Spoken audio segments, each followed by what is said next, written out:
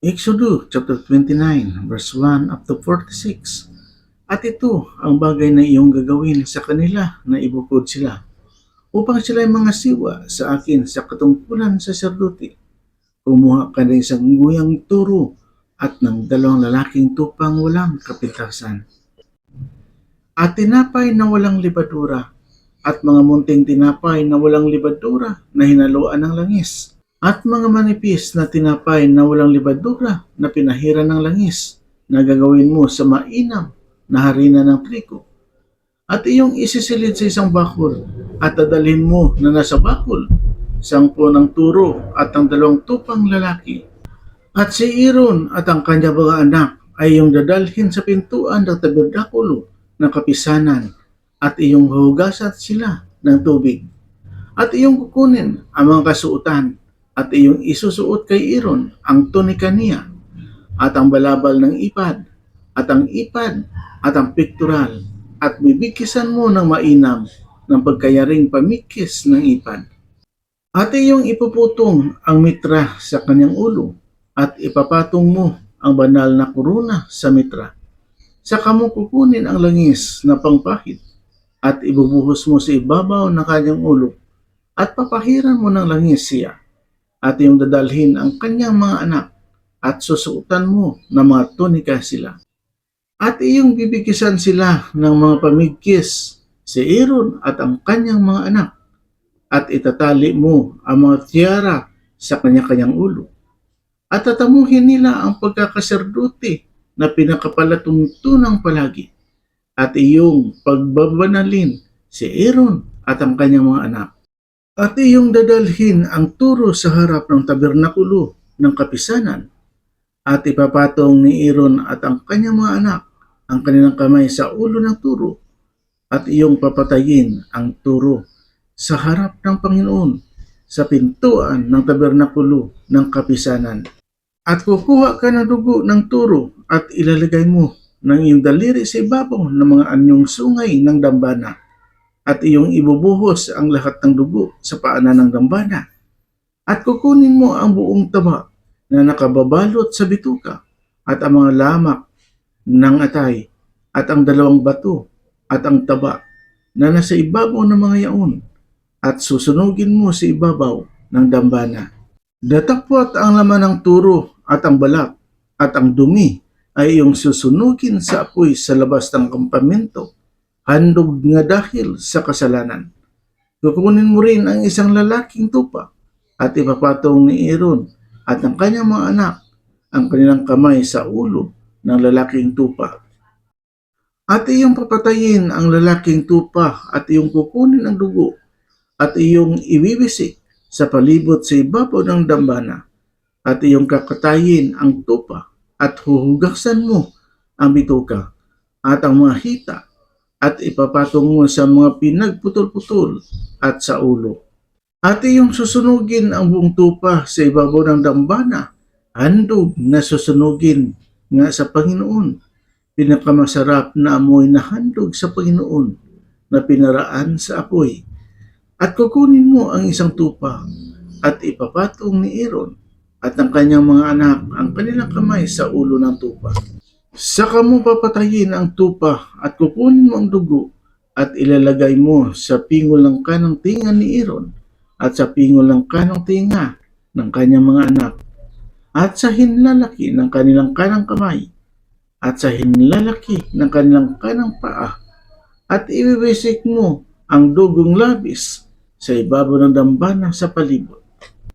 At kukuha ka ng dugo na nasa ibabaw ng dambana at ng langis na pangpahid at ibibisik mo kay Aaron at sa kanyang mga suot at sa kanyang mga anak na kasama niya at ikapapaging banal niya at ng kanyang mga suot at ng kanyang mga anak na mga suot ng kanyang mga anak na kasama niya.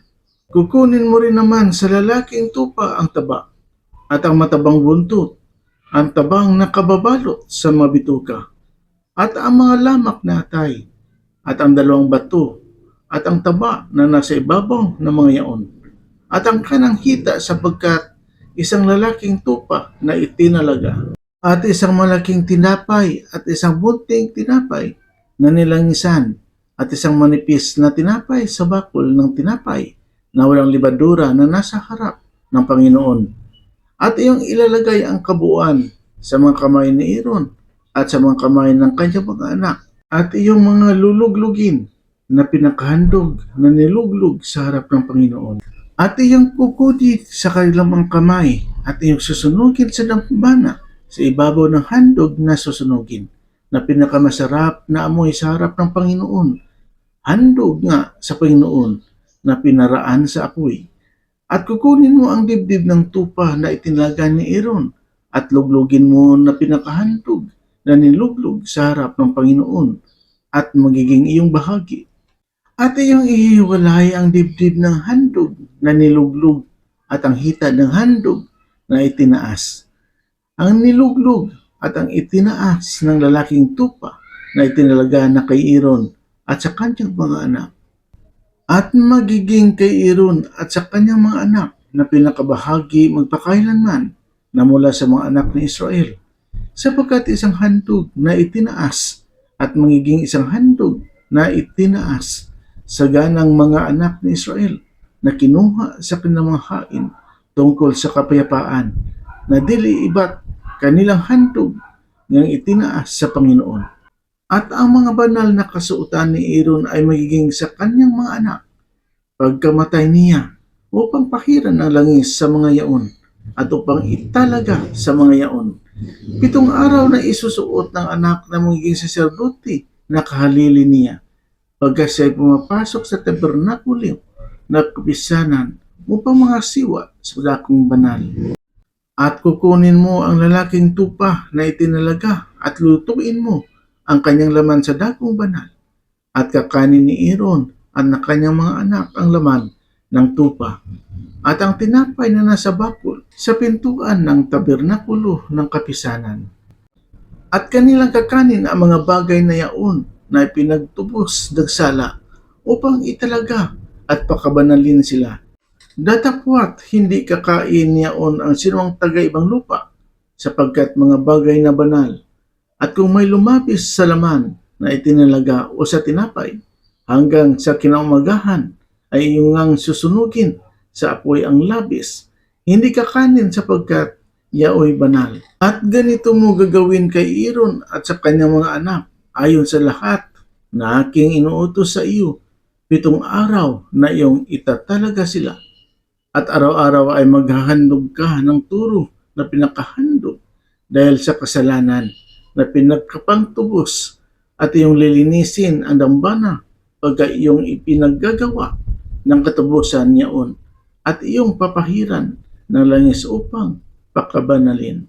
7 araw na iyong tutubusin sa sala ang dambana at iyong pakakabanalin at ang dambana ay maging kabanal-banalan. Ano mang masagi sa dambana ay magiging banal. Ito nga ang iyong ihahandog sa ibabaw ng dambana, 2 kordero ng unang taon, araw-araw na palagi. Ang isang kordero ay iyong ihahandog sa umaga at ang isang kordero ay iyong ihahandog sa hapon.